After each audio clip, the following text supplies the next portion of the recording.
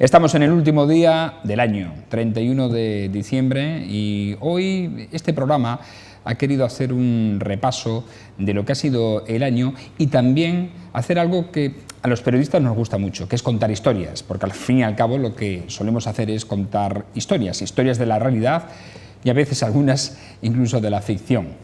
Y no hay nadie o no hay ningún mejor contador de historias, al menos en esta ciudad, que el veterano periodista de la capital, Fernando Delgado. Querido amigo, buenas noches. Bueno, gracias por estar aquí en esta jornada. Antes de ayer tuvimos la presentación de un libro de José María Blanes Martínez, Tiempos de Tío, y estábamos allí los tres cronistas oficiales. Sí. Y estábamos presentando José Luis de la Barrera, que es un lujo de persona y de historiador. Estaba también José Luis Mosquera, que es cronista oficial y también un arqueólogo extraordinario. Chema, José María Álvarez Martínez, que es el que escribía el libro, que además el libro se lo ha dedicado lo que pueda ganar con la venta a los larguistomizados. Sí, sí.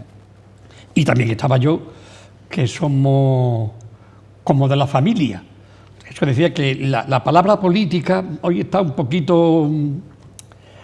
no suena bien, pero sin embargo que Chema y yo éramos parientes políticos. Bueno, pues vamos a repasar, como digo, lo que ha sido el año, un año intenso. Hemos vivido un año realmente bonito, periodísticamente hablando. Periodísticamente hablando, sí. Bonito y en ocasiones no tan bonito. Ha habido de todo. Cierto. Porque recuerdo hoy día 31 que el día 2, o sea, dentro de un par de días, murió una persona para mí entrañable. Para ti este día es muy señalado. Fíjate tú, el día 2 y el día de su santo, que era Jesús Cabeza. Pues todavía me acuerdo de él y me seguiré acordando mucho. Y digo, y estas fechas son también para ti un día señalado porque hace 51 años que murió tu madre, ¿no? 51 años. Bueno, pues 51 años, me parece que he salido una vez, en esos 51 años. Y lo recuerdo perfectamente. Llegué al círculo meritense con dolor de estómago, nerviosillo, o sea, no tenía ganas. Y me encontré con un médico que era de Mirandilla. Y digo, me pasa esto, Antonio. No estoy bien. Me duele el estómago. Dice, ¿qué te pasa? ¿Me pasa esto? Eso te lo curo yo ahora mismo. Nos pusimos en la barra del casino los dos. Su mujer y la mía estaban por allí hablando y le dijo al camarero, 6 whisky, 3 para este y 3 para mí. Dijo, a mí me está doliendo el estómago. Al segundo whisky... Ya no te dolía. No dolía nada. Y nos metimos el tercero, el cuarto, el quinto y llegué a casa a gata. La única vez en mi vida que me emborrachó. Pero llegué casi a gata. Bueno, como dato curioso, cuando ya salí del círculo meritense y nos fuimos a tomar copa por ahí, cogí a un chaval que estaba trabajando en Barreiro, que era una empresa aquí fuerte, sí. Y le compré las ruedas del coche. Y al día siguiente fue a mi casa a llevártelas. A llevarme las ruedas del coche. Y ¿qué estás diciendo? Yo no me acuerdo de nada. Pues me las compró Fernando anoche. Coño, tú no me has visto como yo estaba. Yo que te podía haber comprado lo que tú hubieras querido. Una casa. Un año también especial para ti, Fernando. Y ahora empezamos a hablar de lo que ha sido también este año, porque has cumplido 50 años de matrimonio. Has celebrado tus bodas de oro, que por cierto el pasado fin de semana tuvisteis una misa, varios matrimonios. Un acto precioso en la Catedral de Santa María, con todos los matrimonios de la parroquia de Santa María, los que habían cumplido las bodas de plata y las bodas de oro. Fue un acto precioso.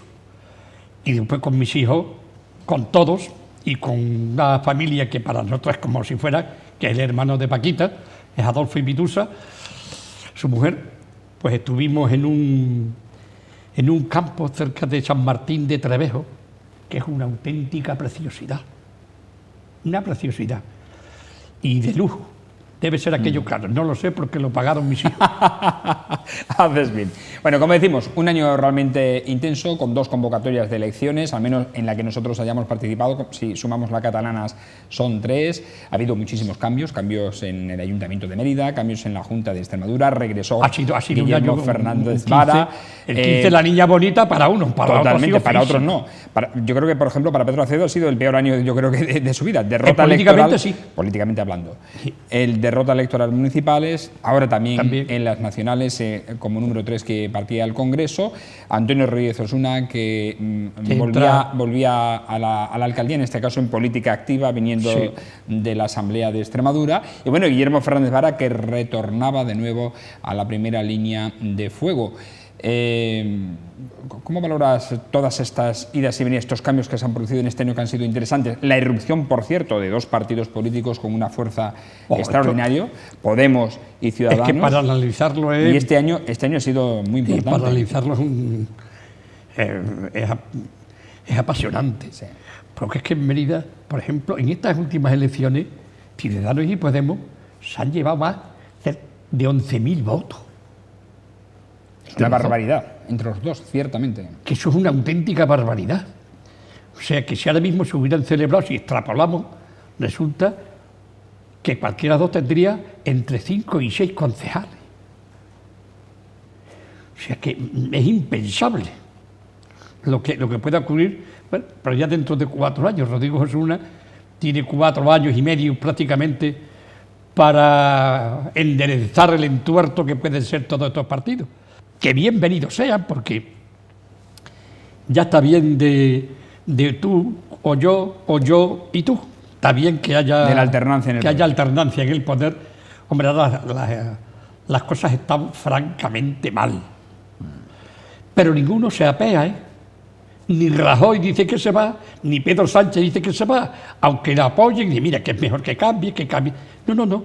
Muchas veces se personaliza el partido en un individuo y ese individuo no se apea.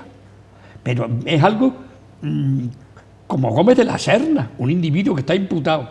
Pues ha llegado a un procurador a coger su acta de diputado en corte, del Partido Popular de Murcia, me parece, o Albacete, y no se bajan del burro.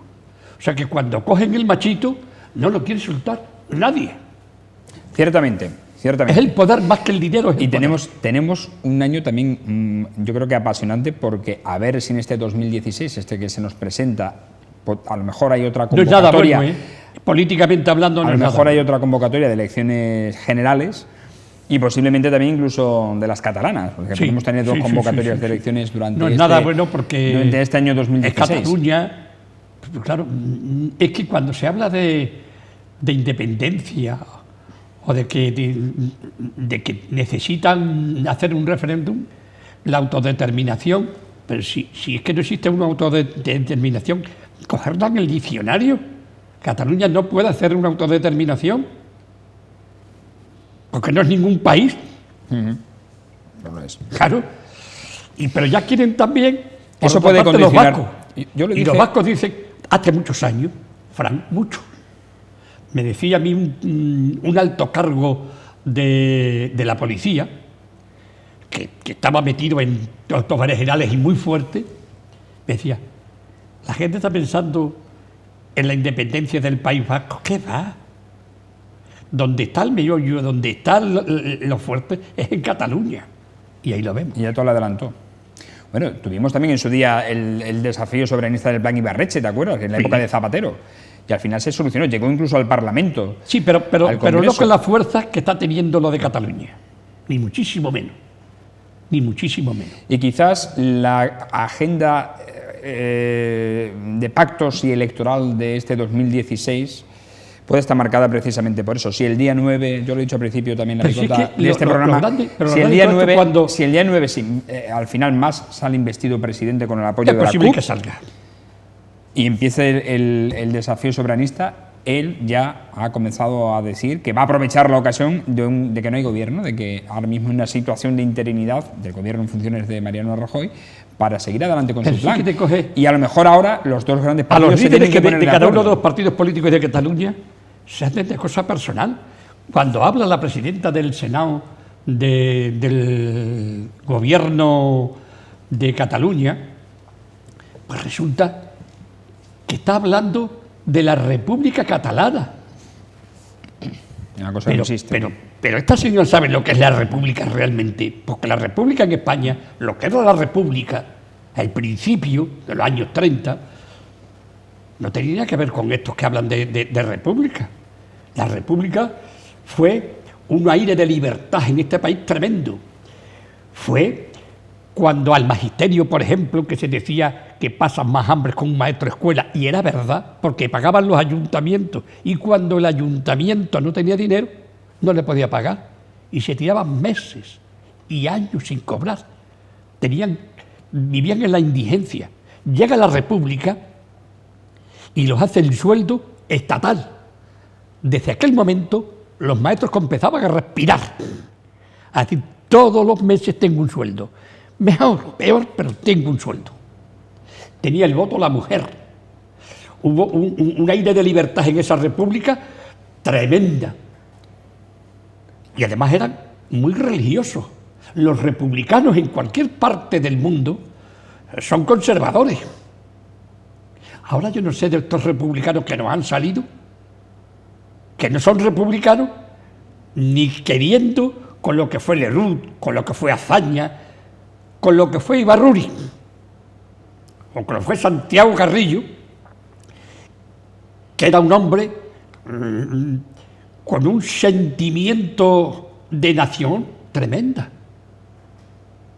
Mucha gente no sabe que Dolores Ibarruri o Tierno Galván, antes de morir, el padre ya no lo confesó a los dos. Y Dolores Ibarruri era como si fuera el demonio. Y no era el demonio. Era una mujer de unas libertades extraordinarias.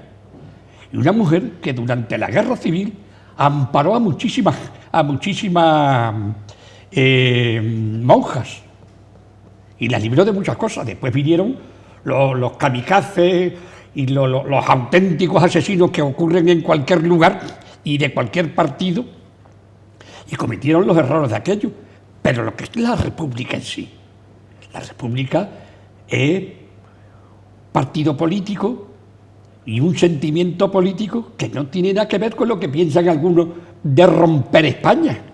La República Española, la República del año 33 con Cataluña, le declararon el estado de sitio porque Cataluña dijo que quería independizarse. Y más o menos le plantó allí el ejército de Che, que vais todos a la cárcel. Y se acabó. Vamos a tener, Fernando, un año yo creo que intenso también. Este 2016 va a ser muy importante. Si intenso ha sido este 2015 con los cambios que se han producido en 2016 también. Pero dejando la política aparte, hemos tenido también un año muy importante. Bueno, hay que decir que para la capital de Extremadura ha sido muy importante porque se aprobó su estatuto de capitalidad. Claro, sí.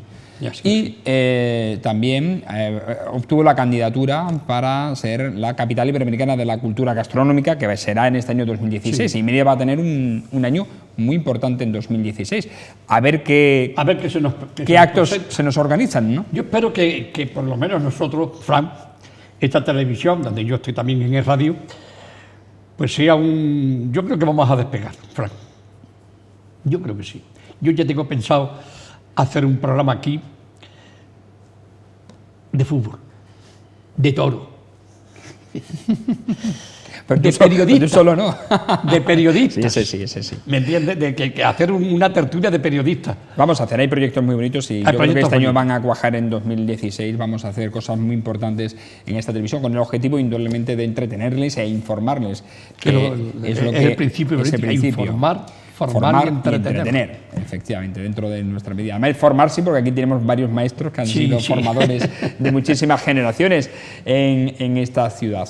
Pero, como digo, el 2016 va a ser un año importante para la capital extremeña y también, por ende, para Extremadura. Pero a mí me gustaría rescatar cosas del pasado. ¿Cómo se celebraban las Navidades antes? Las Navidades. Si tienen que ver mucho con las de ahora o no tienen nada que ver. Nada. Las Navidades, por ejemplo, que yo pasaba en la Zarza, eran unas Navidades que eran muy en familia. Pero yo evidentemente, no tengo la misma edad que tú, pero también recuerdo las Navidades de los años 70 y tal, que eran, yo creo que, aparte de ser muy familiares, también estas lo son, indudablemente, pero eran más fraternales, se reunía más la gente. Más familiares. Yo es que en casa, cuento lo que he vivido en mi casa, ¿no?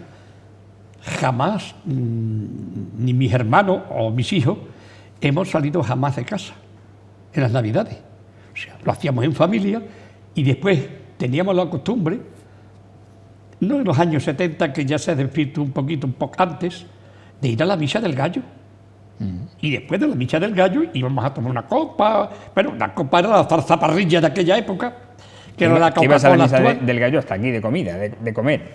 Sí, mucho de... Y sobre todo era la tradición del pavo Y del pollo de campo. y del pollo de campo. Fíjate lo que vale ahora un pollo, ¿eh? Sí. Y antes lo que costaba un pollo, cómo se ha cambiado la Sí. Era el pollo, hombre, era el plato. el, Cuando hablan ahora de el crisis. bacalao era la comida, digamos, Del más pobre. humilde, Sí. efectivamente, y el pollo era la comida, era Excepcional. un manjar, y ahora es al contrario. Ahora el pollo está tirado de precio, te encuentras un pollo por €1 y pico, Sí. y el bacalao está caro. Eran muy familiares en aquella. Hay una cena de Navidad, Frank, que estábamos en la Zarza y teníamos nosotros una señora que trabajaba en casa y pues mi madre le dio esa noche para que fueran a casa. Vivían cerca la señora Magdalena y el marido era tierra blanquero, el señor Vicente. Tenían 7 hijos, me acuerdo de todo. Y cuando yo termino de cenar, le dije a mi madre que por qué no, antes de la misa del gallo, no me iba a casa de la señora Magdalena. Como era cerca, mi madre pues, me dio permiso y me fui para allí. ¿Con qué edad? ¿Qué edad tendrías? Yo tendría 10, 12 años, 13. Y lo recuerdo perfectamente. La cena de esa señora Magdalena era una fuente así enorme de aceitunas machadas. De aceitunas machadas, esa era su cena. Aceitunas machadas y 2 platos. 2 panes. Y el señor Vicente una botellita de vino. Se estaban comiendo esas aceitunas de esa noche de Navidad con un gusto que yo terminé también probando las aceitunas. O sea, Claro. se respiraba felicidad por todos lados. No hay plato que más te guste, mejor que el que más te guste. Yo no, ¿Es así? sí, pero en aquella época las pasaba mal. Tenían algunos dulces que le había dado mi madre, algunas cosas. Pero el fuerte, para que comieran los 7, no te puedes imaginar con qué felicidad pasaba esa gente esa noche mía. Después, los novias de algunas de ellas pasaban por allí cantando villancicos y demás, y al señor Vicente le llenaban la botella de vino. Yo no he visto en mi vida una cena pobre en el sentido del menú, pero la más rica del mundo en convivencia, en fraternidad y en felicidad. Jamás. Lo he escrito, lo he explicado, que muchas veces no es precisamente ni el pavo ni la comida lo principal. Lo principal es que esa familia se lleve bien, que esa familia conviva. Lo demás se puede superar todo. Si se puede pasar con felicidad, con un plato de aceitunas machadas, bendito sea. Siempre se ha dicho que no es más rico el que más tiene, sino el que menos El que necesita. menos necesita, sí. Efectivamente. Aunque afortunadamente han cambiado los tiempos, ¿eh? Hay que decirlo porque ya casi todo el mundo, yo creo que en esta Nochebuena ha podido cenar, incluso aquellas familias que lo han pasado mal, pues han organizado actividades Sí. desde el propio Cáritas, el comedor, Te en voy a fin, hay contar una muchísimas, cosa- la Junta de Cofradías. Una cosa negativa, pero que ocurrió. La contó mi padre. Y la contó mi padre con ese humor negro que a él le caracterizaba algunas veces. Más lo tenía mi tío Juan, era farmacéutico en Cáceres. Que había una cena y era para la gente pobre. En aquella época a la gente pobre se le daba una cena. Y le pusieron unas judías con chorizo, en fin, una buena cena, una buena comida. Y había 3 o 4 señoras ayudando. Y una señora, que mi padre lo cuenta con una gran, se le acerca y le dice al pobre hombre que estaba allí, comiéndose aquella judía, dice, si eres bueno, el próximo año vendrá. O sea, aquella época y esta, que han cambiado muchísimas cosas. Muchísimas. Gracias a Dios. Gracias a Dios, ciertamente, ¿no? O sea, las familias, ahora, por eso digo, vivimos en otros tiempos, ¿no? Y afortunadamente, ojalá no tuviese ni que existir Cáritas, ni existir Ojalá. las asociaciones benéficas, ni Cruz Roja, ni ninguna. Bueno, Cruz Roja hace otras labores, pero en cuestión de esto es una ayudar las cosas, a los más qué manía humildes. en algunos políticos de intentar cargarse la Iglesia. Santo cielo, pero si la Iglesia está haciendo una labor extraordinaria. En estos tiempos extraordinarias. No solamente en esta cuestión, en la enseñanza, en la cultura y en todo. ¡Qué manía! Pues nada, yo me acuerdo que está bien que se quiten de las escuelas, pero lo que era nuestra entidad, yo creo que en el Mendralejo se montó un cirio también de Padre y Señor mío cuando empezaron a quitar los crucifijos. En el colegio de mi como hija si fuera un insulto. En el colegio de mi hija fue. Como si fuera un insulto aquello. Santo cielo, que Cristo posiblemente haya sido la persona más humana que ha existido en la tierra. Desde luego el personaje más importante de la historia de la humanidad. Bueno, Cuando haya habido menos. personajes como Alá, o como Buda, o como Confucio, tan importantes como Cristo, pero cada uno de ellos siempre pregonaba lo mejor. ¡Qué manía! Desde luego, lo que sí te garantizo una cosa, ¿eh? La media luna de Alá no la quita ni Dios, como se suele decir, porque pobre de él. Con Cristo todo el mundo se mete, con la Iglesia Católica todo el mundo se mete. Yo soy un admirador de la doctrina musulmana, ¿eh? Porque yo ver cómo rezan, cómo son, me gusta, pero me gusta eso, la religiosidad y esa convivencia.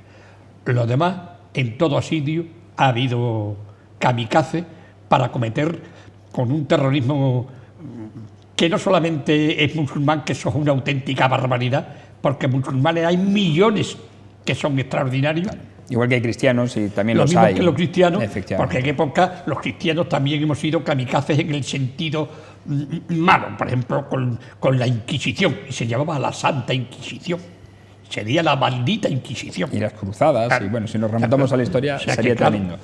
Yo lo que me gustaría recordar también, Fernando, ahora es esa labor que siempre se ha realizado desde los medios de comunicación y precisamente yo en Mérida, a través de la radio, pionera aquí en la capital, has hecho muchísimas campañas benefactoras, Sí. incluso apartándonos incluso de las oficiales, como puede ser el Mochuelo, que ahora se está emitiendo en la emisora municipal de Mérida y tal, pero incluso para ayudar directamente a personas, porque has hecho campañas a favor de necesidades puntuales que tenían, Sí, como sí, por ejemplo sí, una sí. operación de vista en la clínica Barraquer, y en una mañana empezar a recaudar dinero y la gente responder de forma extraordinaria. Sí.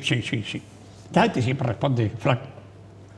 Cuando llegan esta fecha, yo recuerdo cuando teníamos, era la única emisora que había en Mérida, la SER, estaba en el Hotel Emperatriz, y hacíamos campañas que eran extraordinarias en esta época, por ejemplo, de juguetes.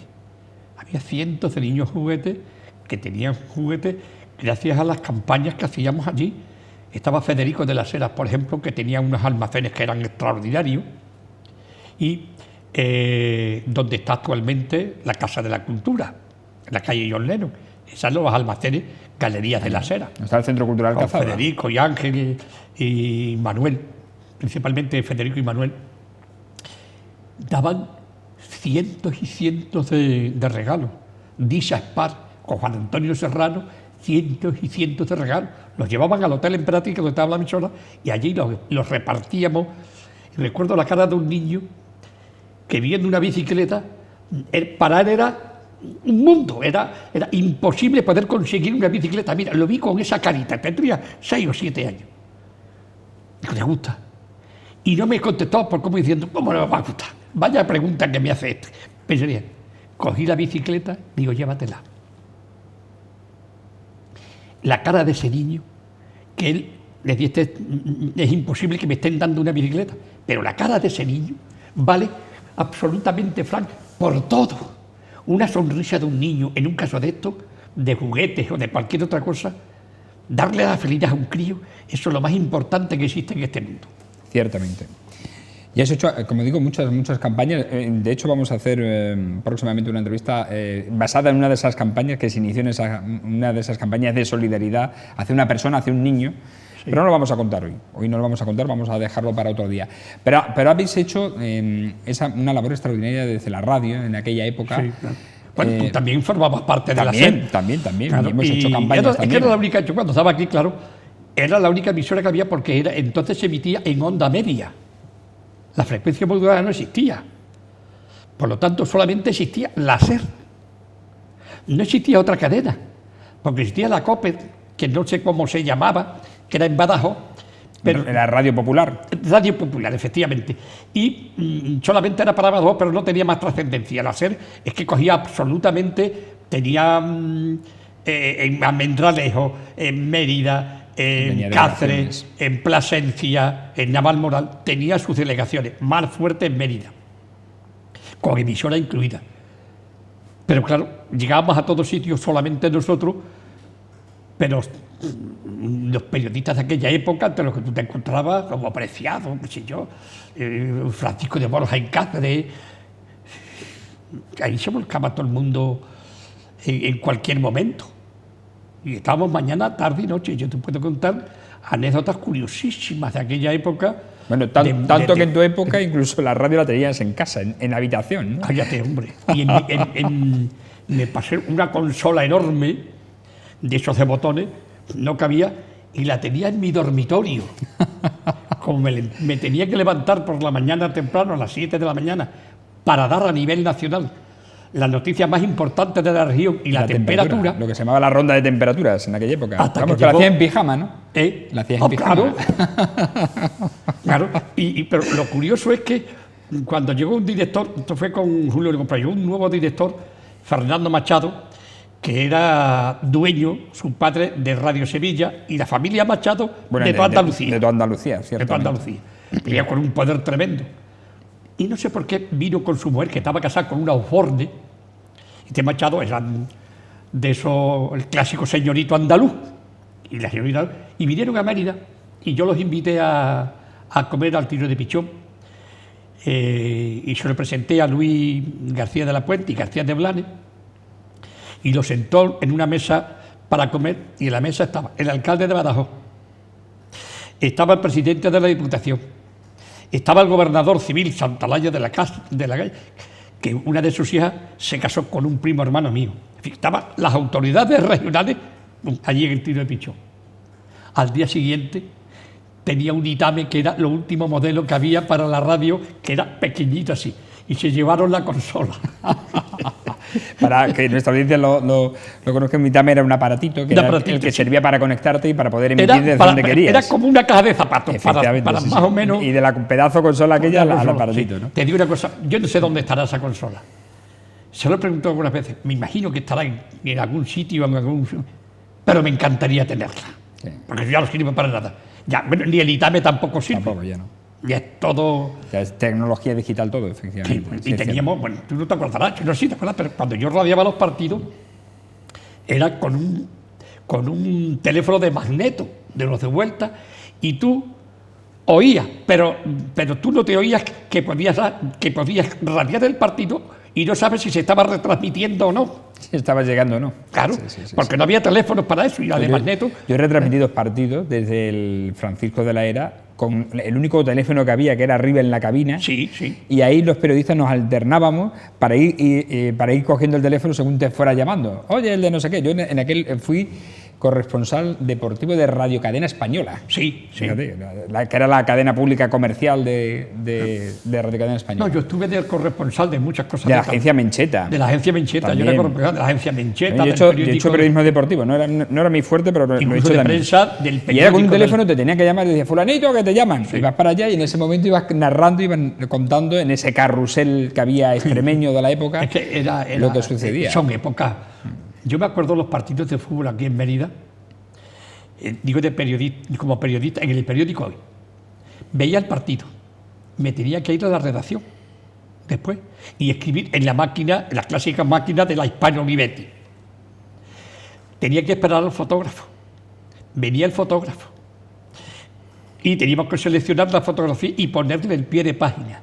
Y con los 3 o 4 folios y con la ensobrarlo. Con la fotografía en un sobre a la estación. Sí, es cierto. Se la daba al revisor. Y el revisor llegaba a Badajoz, me iba otra vez a la delegación, por si acaso, para decir, ya tenemos el sobre. Hecho. Que en alguna ocasión habíamos tenido problemas. Como tenía una copia, leerle la copia a través del teléfono y se ponía una fotografía de otro partido, como no se sabía, pero a lo mejor del año anterior, de esas generales, y terminamos a la 1. Un domingo sí y otro no, cuando jugaba aquí en Mérida. Eso hoy es impensable. Impensable, sí. Hoy es que, por explicárselo a nuestros telespectadores, hoy te llevas un ordenador en el mismo campo, haces la fotografía, la metes allí y la mandas. y la mandas.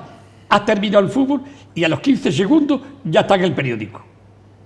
Y a los otros 15 segundos ya está puesta en internet para que todo el mundo lo pueda saber. Incluso lo puedes ir haciendo por tiempo.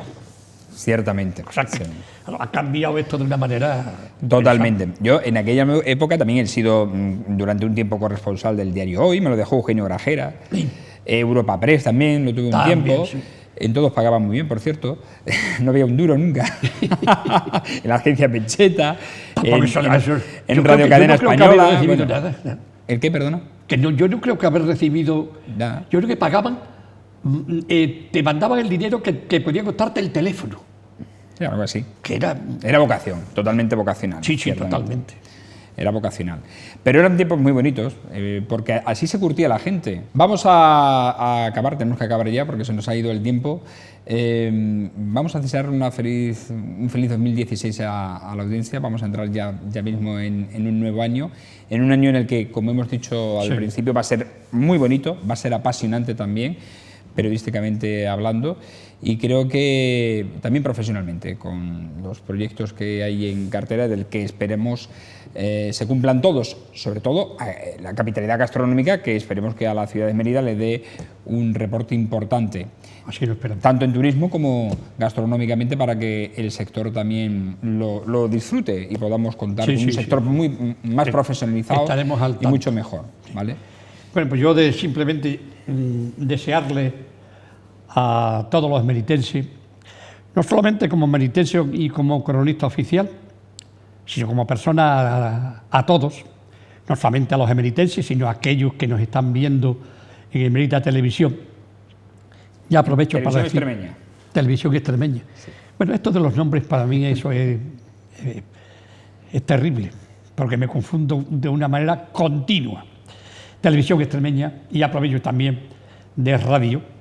Ahora estoy de vacaciones, pero cuando termine este año, hoy decía 31, pues desearles a todos, de verdad, de Televisión Extremeña, ahora lo he dicho bien, decirle que aquí vamos a estar en el año 2016, que vamos a hacer al lado de Fran muchísimas cosas, que vamos a intentar llegar a cada casa, y sobre todo yo espero, deseo y añoro que este 2016 seamos felices para todos, y que aquellos que las estén pasando un poco mal, que miren con esperanza el futuro, que aquellos que por circunstancias especiales pues no estén todo lo bien que nosotros les deseamos, que se agarren a eso que decíamos esperanza, que estoy convencido que siempre hay algo bonito y hermoso en este mundo para poder ser un poquito feliz, o para poder ser muy feliz.